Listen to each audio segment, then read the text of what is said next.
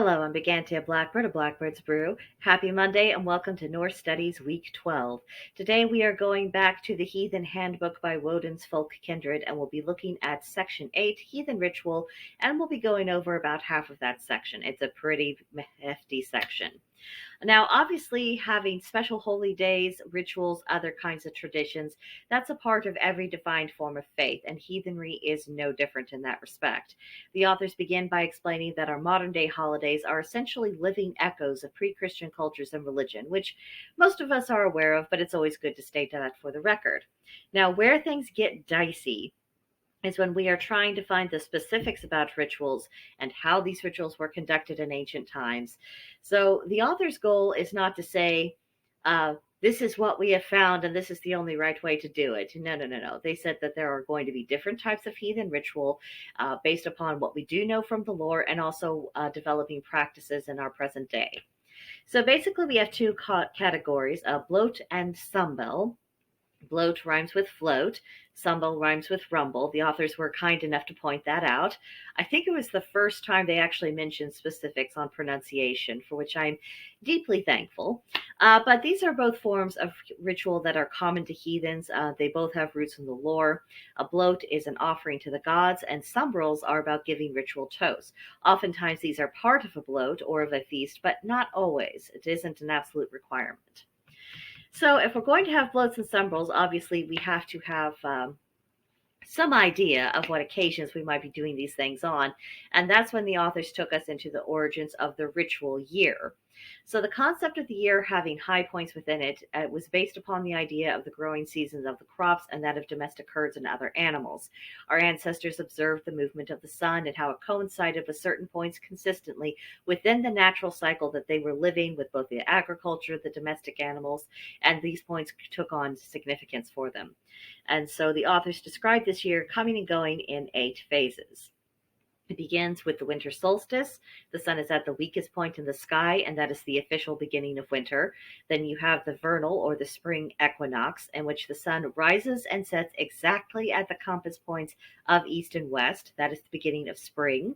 Next, there's the summer solstice. The sun is at the height of its power, and that's the official beginning of summer. Lastly, you have the autumnal equinox, when the sun again rises and sets precisely at the compass points of east and west. That is the beginning of autumn. And this is what gives us the 4 seasons. Now, where if we take 4 into 8 is when we examine the points that are exactly in between these major dates. Those are the cross quarters. And that is what helps us arrive at the 8 high points in the year. So winter solstice, about December 21st. Winter cross quarter, February 2nd. Vernal equinox, March 22nd. Spring cross quarter, May 1st. Summer solstice, about June 21st. Summer cross quarter, August 1st. Autumnal equinox, about September 21st. Autumn cross quarter, October 31st. Now, if you're sitting there and thinking to yourself, you just wait a minute. This sounds a lot like the Wiccan Wheel of the Year. This isn't heathen at all. But before you go and you reach for your smelling salts and decide that you will never examine this book again, just hear the authors out, because they did say that there is evidence of our ancestors making use of an 8-fold calendar. And one of the examples they provided was that of the Roman writer and statesman. His name was Marcus Terentius Varro. He wrote a book that was called On Agriculture. And within that book, there are several chapters in which he would describe the astronomical indicators that do mark the calendar and how various points of the year are calculated. And it discussed how the variation of certain dates and celebrations were the result of local weather patterns, moon phases, particular constellations being visible, and of course also local customs that centered around herding, agriculture, and fishing, which accounts not only for the 8 folds, but also for why there's some variation depending on what people you were talking about. So then we tackle the ancient ritual year. The authors begin with Yule, which was a 12-day festival. It began with the solstice and celebrating the birth of Balder, and the following 12 days were a chance for people to gather around with friends and family before winter weather made travel an impossibility. Sounds really familiar with customs that still exist to the present day. Now, other research I've done prior to this has made me aware that there is an argument that some consider Yule to be more properly celebrated in January, and I will get into that line of reasoning in other videos in the future. Today, I'm just going to be presenting what the authors in the book have to say. The authors then went on to the Winter Cross-Quarter Day, for which there's evidence of folk customs in rural areas. I've heard of February 2nd being referred to as Charming the Plow Day, as it was the time to ritually prepare farming implements and the fields for the coming spring. Now, according to the authors, this was also a time when there was a symbolic ritual to kill the spirit of winter, and which there might have been a straw man being burned, amongst other customs, but that one really stood out into my mind. And honestly, at the beginning of February, that might feel rather satisfying. We're going to burn the spirit of winter, and maybe we'll get some spring. Doesn't hurt. Next, we have the spring equinox, aka Ostara, which the authors describe as being an English terminology for the celebration, but I've seen Ostara used as a name in Germanic pagan books. It's also the name of a Germanic goddess, so make of that what you will. It's the first day of spring. Plowing begins. The theme is fertility, and this is reflected in many of the common symbols used for this equinox, things like rabbits and hares and so forth. The next cross-quarter day is often called May Day, and the authors state that this is a sacred day to Freya.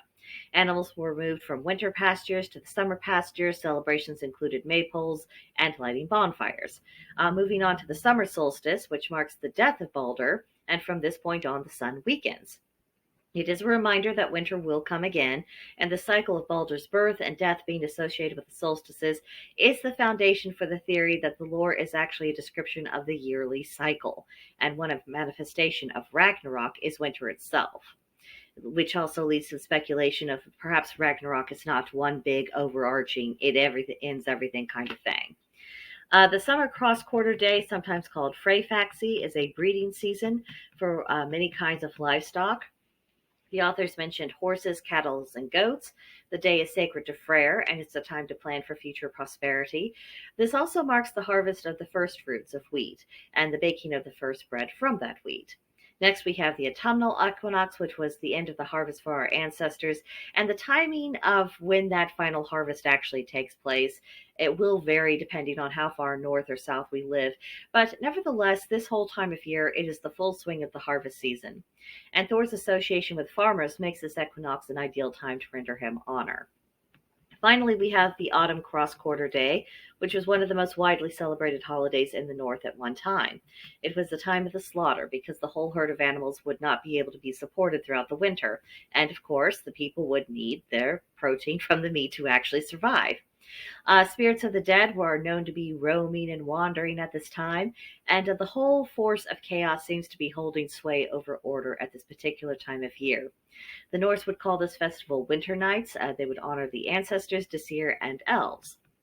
Altogether, these holidays mark the ebb and flow of life of just on the everyday level, just for the natural world, the animals, ourselves, the seasons. It all comes together with this one metaphor.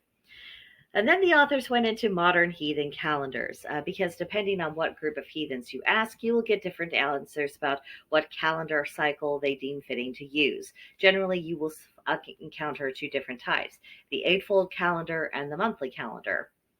Both are adaptations, both draw upon folklore. Neither should be taken as something that was the true, pure form that was universally accepted and practiced by our ancestors, because that just was not a thing. Nevertheless, that shouldn't stop us from adopting and practicing customs that we have set forth in the modern era. After all, we live in the here and now. We have the information that we have. It's better to operate on the basis of that information and upon our established customs in the present, rather than to get too snooty and declare that nothing is authentic enough to practice and, get some kind of superiority complex from that. That wouldn't really serve any spiritual goals. So the authors described the monthly calendar and some of the events within it, beginning with January 3rd. That's when they considered to be the charming of the plow, which would also mark the end of Yule for some groups. Then you had January 10th, Thorablot, a time of ritual preparation. Then February 14th, Feast of Vali. This celebrates Vali's successfully avenging Balder's death, and it honors dedication to the family. March 20th, the High Feast of Ostara, also called Summer Finding. This occasion is considered to be sacred to Freya, Frigga, and Ostara. It focuses upon renewal of the earth and of animals. Then you have April 17th, Sigurblot, sacred to Odin, marking the beginning of the campaigning season, which of course references warfare. And it encourages people to face their challenges head on and to work diligently to overcome them. Then we have May 1st, May Day, sacred to Freya. May 22nd, Friggablot, which shares many of the same themes as May Day. June 22nd, High Feast of Balder, or Midsummer, which does mark the occasion of Balder's death, but it's not intended as a mourning ritual. It's a celebration of life, nobility, and goodness. July 4th, Founders' Day, which celebrates those who are considered to be the founders of modern-day heathenry, and it gives tribute to all their hard work and everything they accomplished. August 14th, Freyfaxi, the first harvest. September 23rd, Harvest Feast, or Winter Finding, which celebrates the successful harvest and acknowledges the coming winter. People will honor Odin at this time, others will focus on Thor.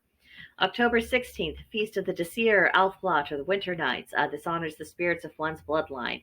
Family is taking center stage with this, both the living members and those who are deceased. November 11th, Feast of the Ehrenharjar. I know I butchered that pronunciation. My apologies to everyone who I just made cringe. But this honors all those who have fallen in battle in defense of their land and their people. December 20th and 21st, that is the High Feast of Yule, Mother Night, honoring Frigga as the mother of Balder and the victory of the sun over the spirit of winter. And at this time, Thor, Freyr, and Balder are often honored as well. So that is the monthly calendar cycle. The eight-tide solar calendar is also called the Achwan. Begins with Yule, all 12 days of it, December 21st to January 1st. Within this time, there's also Mother's Night on December 20th, honoring Frigga. December 21st, honoring the birth of Balder. And then December 25th or 26th, honoring Thor as he gives victory to us over winter's advance. And then 12th night, which is January 1st, honoring Odin with an eye towards overcoming obstacles in the approaching year, or to honor Freyr and asking for his help in achieving prosperity in the next year.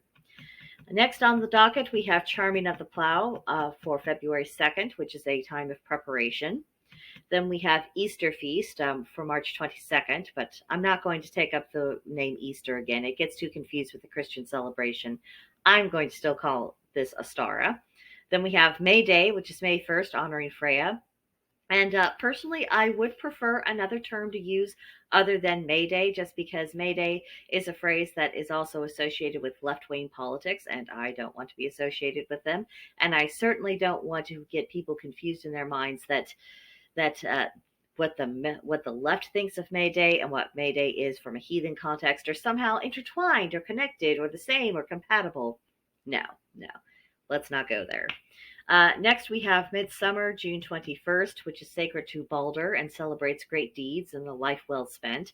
Freyfaxi on August 1st, sacred to Frey. Harvest on September 21st, honoring Thor and Sif for the bounty of the earth. And then Winter Nights on October 31st, honoring the Disir. So the eight-tide calendar in our lives, the authors make a case for why this cycle does still have relevance for us, even though so many people are no longer farmers or working the lands directly themselves. It is still a metaphor for life and our growth as individual people. Each year of the cycle can be a way for us to set reasonable goals to achieve and to challenge ourselves in accordance with the natural flow of the seasons. Yule is for rest and contemplation, to take stock of the year that has passed and plan for the year to come. It's a time of dreaming and for setting goals. Charming the Plough is for purification. We can examine what holds us back. What do we need to set aside? What do we need to change within ourselves? And then have the courage to follow through with that. Ostara is for beginnings of the new growing year, for work and getting moving again. May Day is about the rejuvenation of life and all the wonderful things that go along with that. Midsummer is another time to pause in the year, to look at how far we've come and to catalog what remains to be accomplished.